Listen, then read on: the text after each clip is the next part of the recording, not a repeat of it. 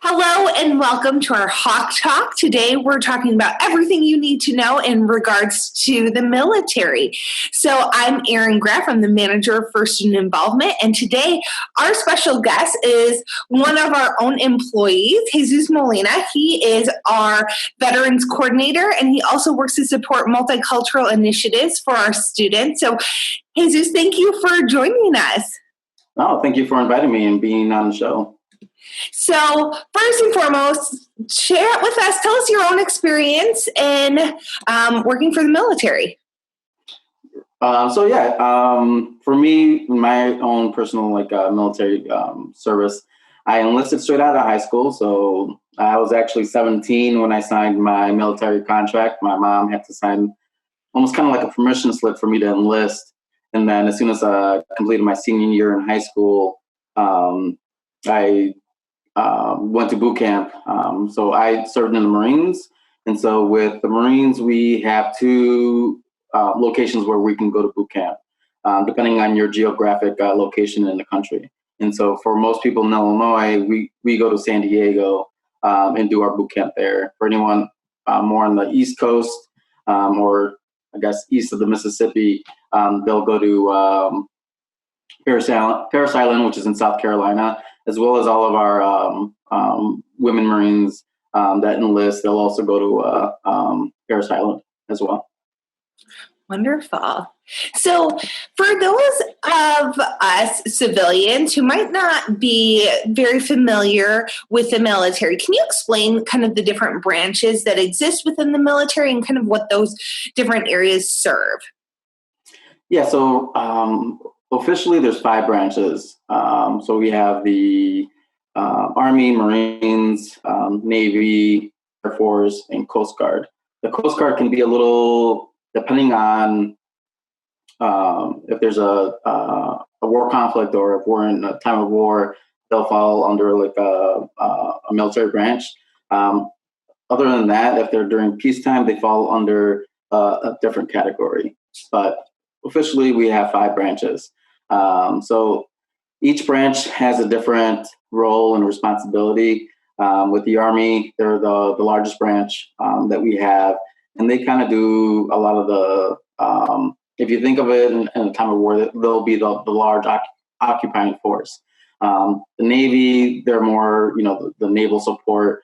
You'll have your, aircraft carriers, they'll be the ones that kind of transport Marines around, doing all that kind of nature. With the Marines, we kind of do a little bit of everything. We're kind of like that quick reaction force, and most of my answers are going to be a little biased just because I was in the Marines. So if it seems like that's the reason why. But with the Marines, we do pretty much everything. We're the quick reaction force. So if there is a situation, we'll be the first ones to kind of go in, take care of business, and then wait for the Army to kind of come back and kind of relieve whatever situation we're in. So at any given point, in conjunction with the Navy, there's different groups that are kind of going from port to port, kind of floating around, where if there is a conflict, we have a military force that can react quickly. With the Air Force, it's somewhat explanatory. They do all the aircraft transport and all that. And then the Coast Guard, they do a little bit of everything, but depending on what their objective is, they'll monitor the ports. They'll do a lot of the controlling of the air, the seaways and all that. So they do a lot of different things. If you've seen different movies, they kind of do some of that as far as like sea rescue, or they'll monitor, international freights and see what goes in and out of the country. Wonderful. And a quick follow-up question to that. So, in watching these like movies that are military based, so you see like things like, in the past, like Green Berets and Black Ops and stuff. So what does it mean like to be a part of like a subsection of like a branch of the military? And how does one get involved in that? So with that, whenever anyone enlists, you get assigned a military specialty. And that can be anything from, someone working in an office to, being on the front lines and being in infantry. So depending on the branch, you really, there's a lot of options out there for you. And it's all based on your aptitude test that you take before you get in. So the higher the score, the more technical skills or technical career that you get into. So it all really depends. And so with those specific schools like Ranger School or Marine Recon, Radar Recon Battalion or whatnot, you have to wait for an opening. Depending on each branch is a little different, but they each have like their Ranger School that you have to go to and pass through. And usually those types of schools are a lot more physically and mentally grueling than just your basic training. And so with those types of schools, their dropout rates are pretty high just because the demand on your body, the demand on your mental skill set is just that high that they want to make sure that they only get the best. So to get into that, you can't just sign up and be like, I want to be a Ranger. You have to first get in first, get your military specialty, and then wait to get into those schools. Got it. Thanks for explaining that. So for someone who might not know, what are expectations for service? So what does it mean for a student or an individual when they sign up for a branch of the military? What can they expect out of their experience, and what are the options within that in terms of their term of service? Yeah, so there's a few different ways that you can kind of go into the military. You could either do like a reserve component or be completely active duty. Whichever way you go, you still have to go through basic training or boot camp, depending on which branch you serve in. And from there, you go into your military occupational school, where they teach you what you were assigned to do. And so as far as time-wise, it really depends. With active duty folks, the general or the more common kind of contract is a 4-year active duty time commitment with 4 years of inactive duty. So typically 8 years. Reservists are kind of like in the same way, where they do like a 6-year reserve commitment with a 2-year inactive duty component. And so with that 4 years at the back end, that's kind of like the military safety net. So since we don't have a draft, if anything does happen, they have a selection of people who are in this inactive duty status where they can kind of recall them and bring them back. And so when I got out in 2003. We had just, or at least me personally, I had just gotten back from Iraq, and I still had 4 more years of an active duty status where I had to kind of check in, just making sure that the military knows, where my current address is at. And so during those 4 years, you're kind of checking the mail, making sure, nothing official is coming in. Especially during my time period, there was a big push to Fallujah, and they were like calling people back in. And so I was kind of like in that time zone of where, like, am I going to go? Am I not going to go? And just making sure I opened those letters that they sent you. And so during that time frame, you can do a lot of different things. It just really depends on your duty station, what unit you're in, and everyone's experience is a little different. For me, my first duty station after completing my basic training in California and then going to my school in Missouri, I did 2 years in Okinawa. So not everybody does that same track. So with the Marine side, there's a few locations that you kind of almost kind of like your 3 picks. You could either pick East Coast, West Coast, or overseas to Okinawa. And then from there, they can kind of divert you to either mainland Japan, Korea, wherever. But with me, I did 2 years in Okinawa and then came back to the States and did my last year and a half in Camp Pendleton, California.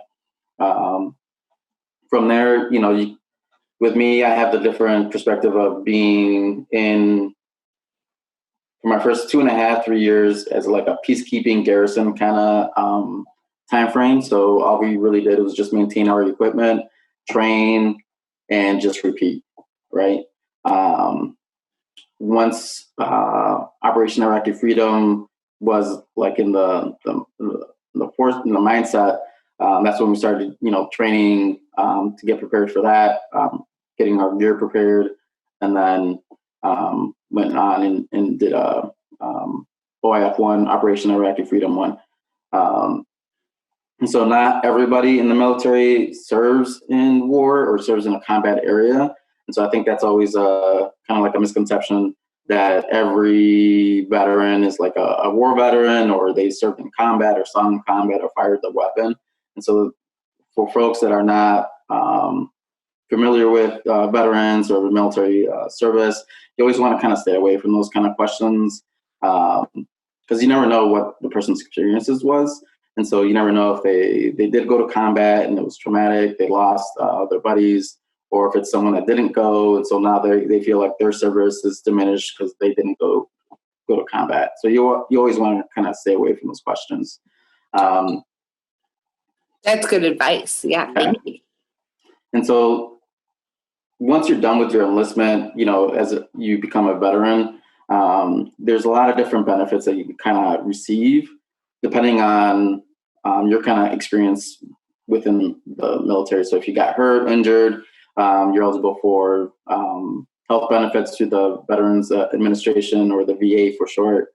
And sometimes people think that it's kind of like an automatic thing that veterans get all these health benefits, but that's not always the case. I think with the time right now, as soon as you get out, you do have a certain time of healthcare through the VA, but then that kind of runs out, and then you have to, get like a copay and stuff like that. And then you have to almost prove to the VA that the military caused your injury. And so you have to go through this process to demonstrate and prove that the reason why you have hearing loss is due to issues in the military. So with most people, they always have, I won't say always, but some veterans will have like hearing loss just because of the nature of their work, whether they were in the infantry or in artillery. Obviously, all those, the weapons that you use, you don't always have the correct ear protection. So, that's going to cause hearing loss. But at the same time, you have to, in order to get benefits for that hearing loss, you have to kind of prove to the VA that the service was the reason for that. And so I think that's always a misconception that we automatically get our benefits. It's more or less, the veteran has to kind of prove to the VA that this is the reason why. And then the VA will determine if you're eligible to receive compensation for that disability. It's really interesting. And I didn't realize that veterans had to kind of prove, their need to the VA. So thank you for sharing that. Yeah, and for any recently separated veterans, it's always best to start that process now, because it's a lot easier to show, and you have your military record readily available right then and there to show to the VA, like, okay, this is why it's happened. Because the longer you wait, the more the VA might, say it was caused by something else.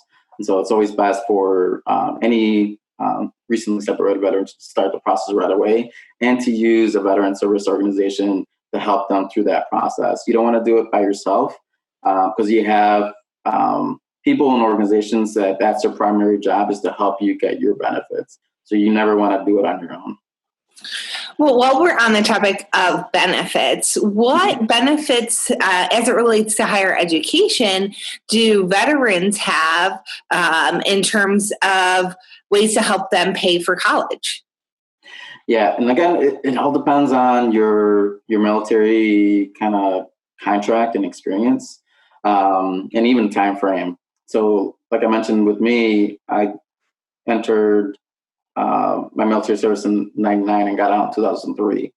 And so one of the benefits that we have as far as education benefits is called the Montgomery GI Bill.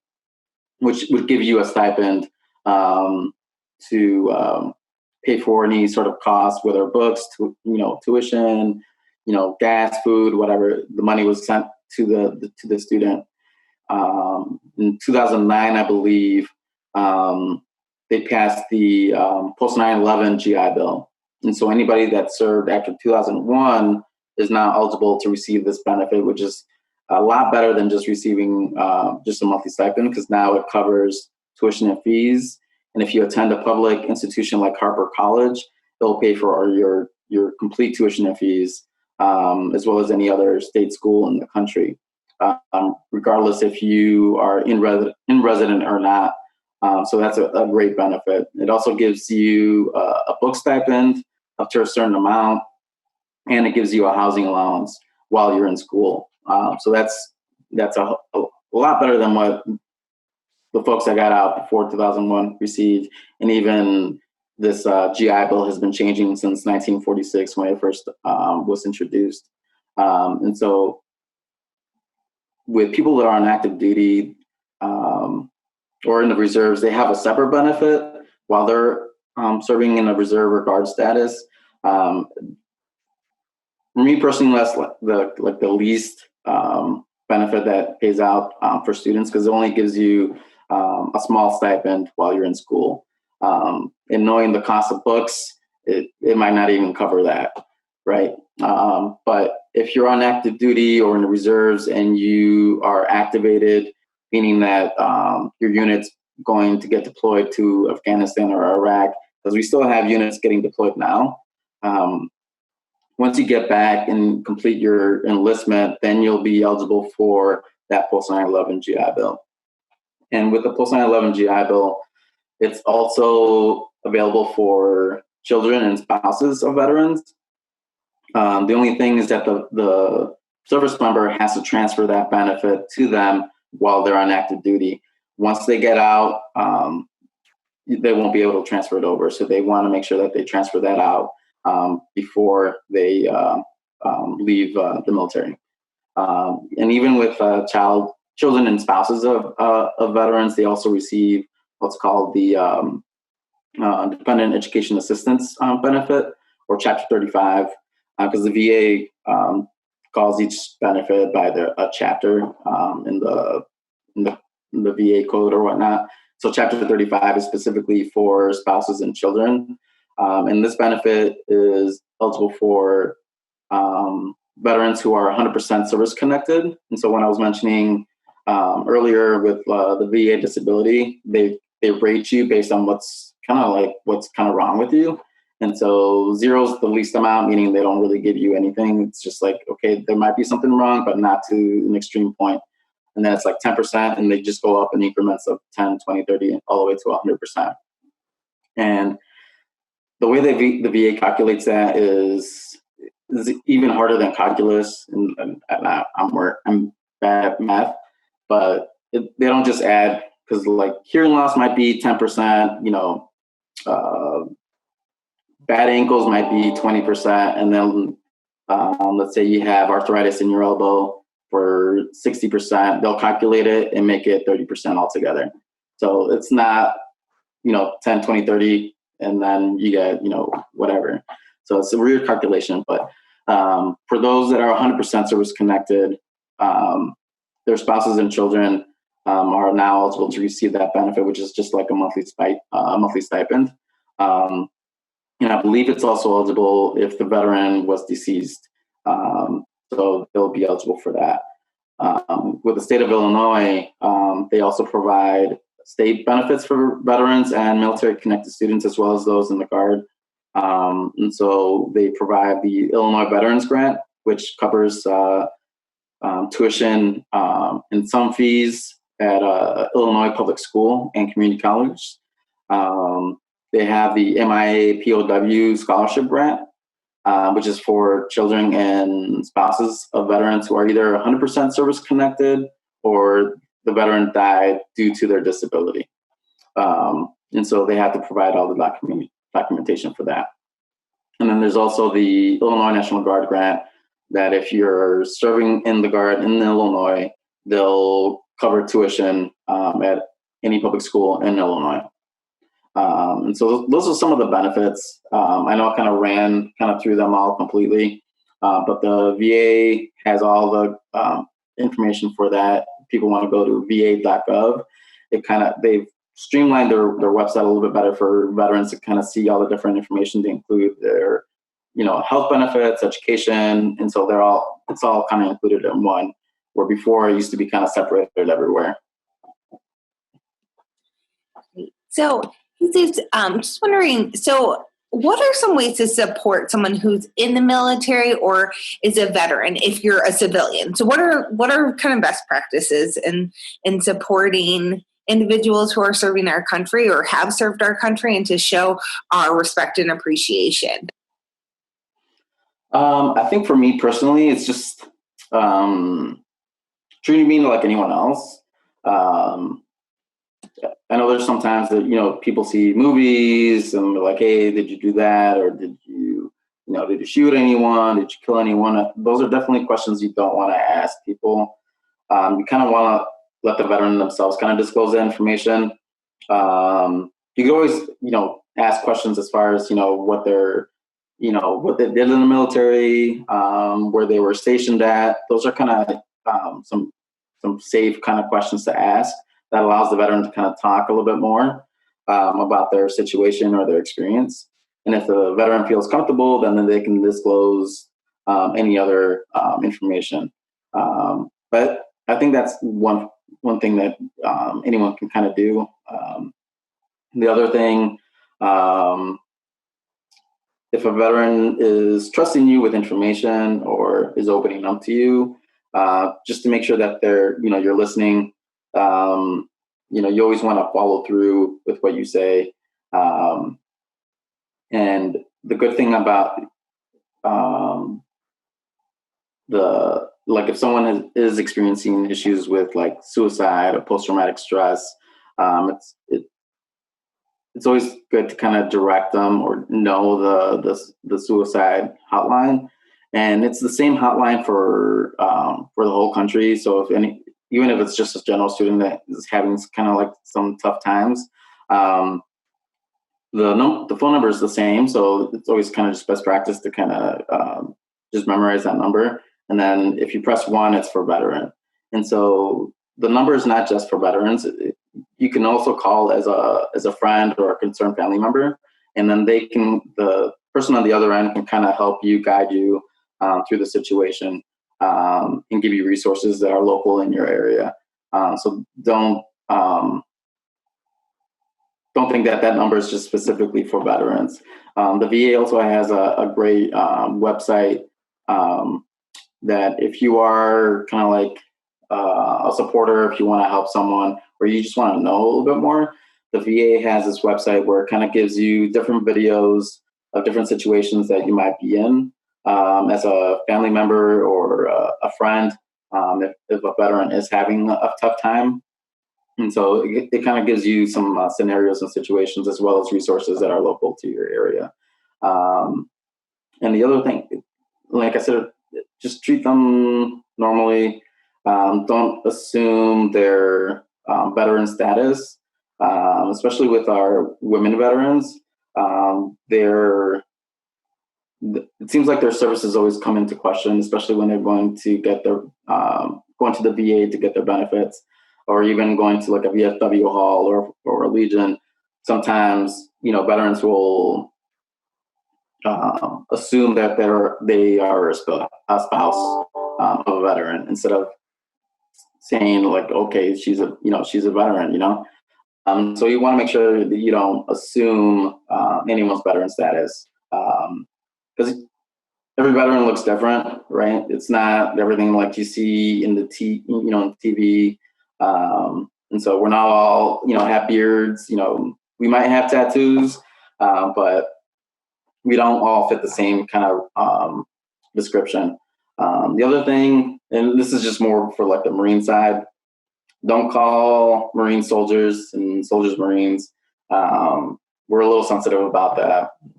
I think each branch is just kind of has pride in their service and in their respective branch. And just me personally, I think it's more so with the Marines. I don't know, we're just different, I guess. I don't know. Where we really just, you'll know when you meet a veteran, more often than not, they'll have, something Marine like on their car or at their home. I mean, I got my Marine hoodie right now. So I think it just depends on each veteran's experience, because not all, your military experience is going to be a happy one, right? You never know what went through or what happened in the veterans time in. And so you never want to assume that it was a positive experience. So that's another thing. And I was going to say something else, but I forgot. But I think it's just being patient with a veteran, because sometimes we do talk in a different kind of way, especially when we recently get out, especially with like the Marines and maybe our sailor counterparts. Most of our language is we speak like with like naval terms, right? We have like port and starboard, the deck, portholes, and so a lot of our language comes from that, and then we tend to make things harder on ourselves, and so we come up with different names for different things. Like a flashlight is a moonbeam, a pen is an ink stick. We could only write in black ink. And so it's kind of like a transition from when we get out to like even talk, back to how we were. And so I know with me, I used to drop, F-bombs all the time. And it wasn't until like maybe a year or 2 years later where, having a conversation with, my family, and then my sister's like, ooh, he said the F word. Even though we're grown adults, we're still kind of kids in the eyes of our parents. And so mom was like, you shouldn't be saying that. And that's when I started kind of really thinking and almost doing like a code switch. I know we sometimes have a code switch depending on your culture. And I think we also have a code switch when we're in the military or a veteran, because when we're with other veterans, we'll kind of kick that back in and we'll just talk like we were like in the service. But then once we get out, we have to kind of code switch back and be like, okay, we got to keep it professional. Wonderful. And just to close us out, you had mentioned kind of friends and family, and we use at Harper the term military connected. So can you explain what it means to be military connected? And then how would someone who isn't very familiar with the military support someone who is military connected? Yeah, so we have like a veteran and military connected student. So a veteran is someone who served in the military and now they're out. And so they have no official time commitment or enlistment with the military. So now they're a veteran. Someone that's a military connected student would be someone that's currently on active duty, serving in the reserves or guard, or a spouse or child of a veteran, or spouse or child of a person that's in the military. So those are kind of the differences. Specifically for our students in the reserves or guard, we have to be mindful that we might hear, those commercials like, oh, it's just, 2 weeks in the summer, 1 week in a month, and that's all your responsibility. But sometimes that's not always the case. It all depends on the unit's current training schedule or what's going on locally with either protests or the pandemic, and that sometimes our students get recalled and go into service at any point during the year, right? So we have to be mindful, especially our faculty, that some of our students might have to leave class because they have either an extended training they have to do because it was pushed up because they're going to be activated in December, so now they have to do it now. Or for the pandemic, we had students who had to leave because they had to go and help set up the hospitals, downtown. Or we had some of our students who had to go to Milwaukee and help and support them down there. With even like hurricanes, some of our students that are in the Guard or reserves might be tasked to kind of help support some of those Guard units.